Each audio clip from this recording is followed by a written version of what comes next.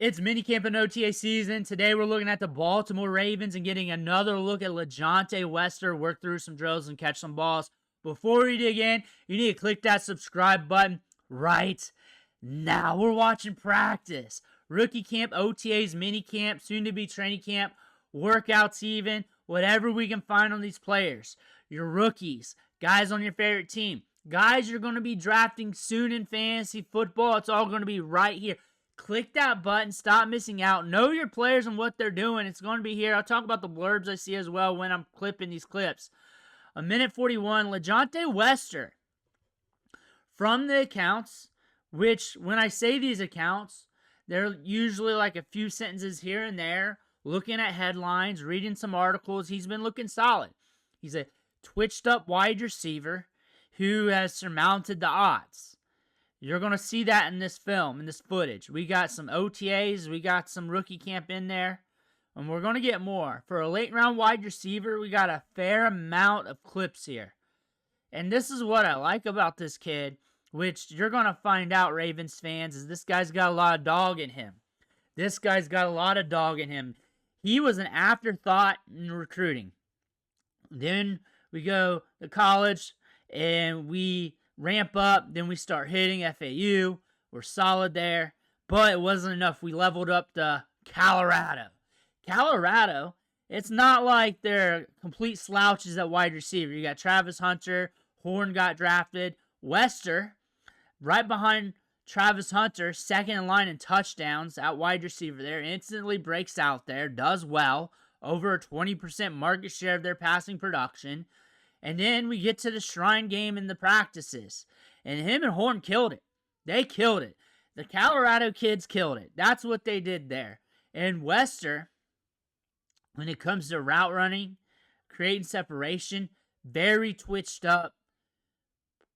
Makes his breaks on a dime. Very solid wide receiver prospect that you got on the cheap. Rashad Bateman got his deal, which we like Rashad Bateman. He's their deep threat. He gets the deep ball coming his way. But now you got a young wide receiver here who has always been an afterthought, really, coming out of high school, transferring to Colorado because it's the Travis Hunter show. Had to work our way up. We always had to prove ourselves.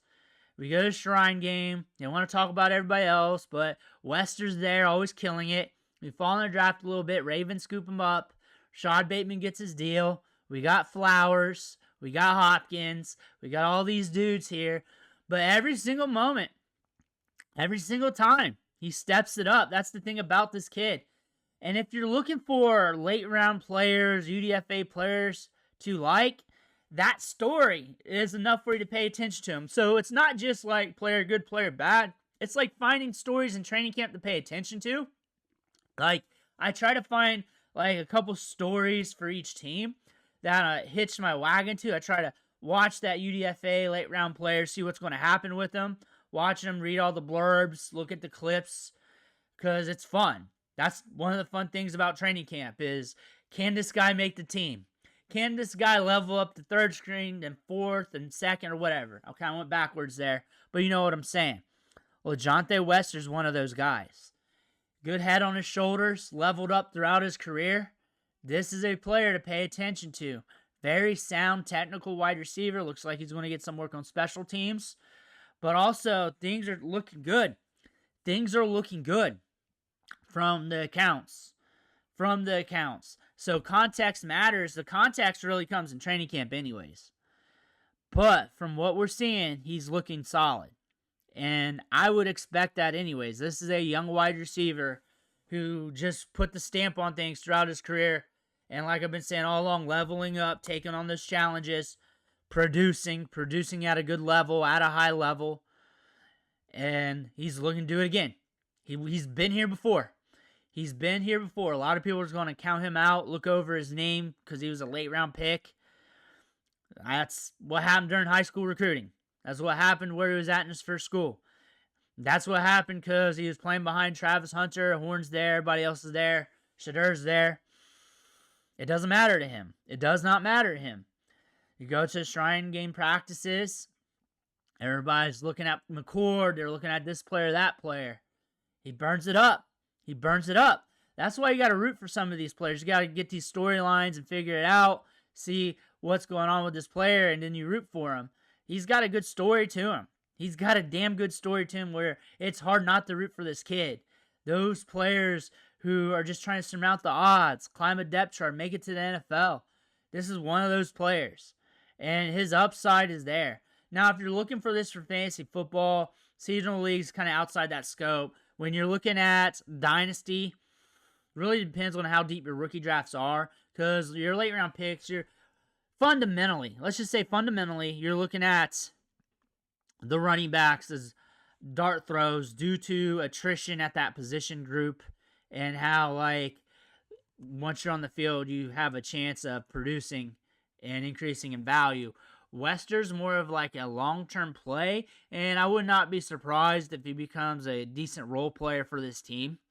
And that may not equate to fantasy success. There's going to have to be some changes and some attrition to this team, but that could allow him to have moments, and really depends on your scope of your league. I say basic lineup, you're probably going to have a hard time overall. If he even hits, okay. But if he hits to his upside, what would upside look like? That would just be him on the field all the time going crazy.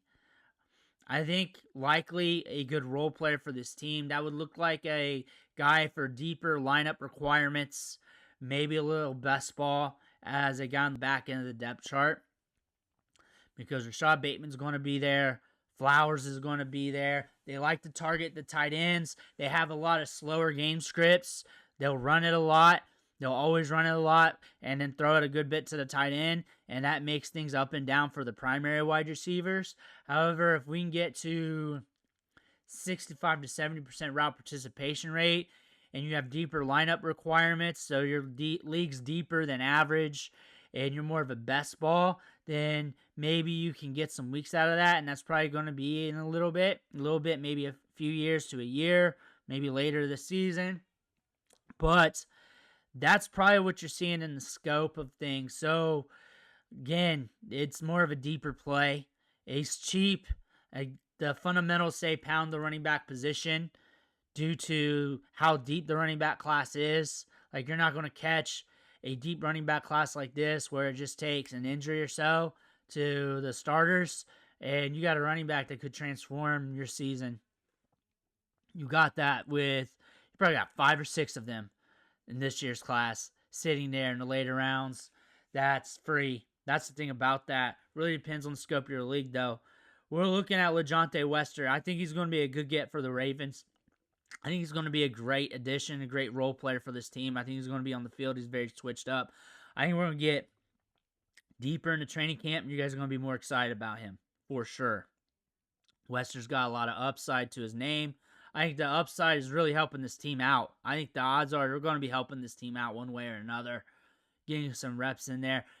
Even though if he's like the 4th or 5th wide receiver on the team, you're going to have some soundness there and good nuance there and a very good technical presence with this wide receiver, and it will be for the long term. I don't see him just bouncing team to team to team.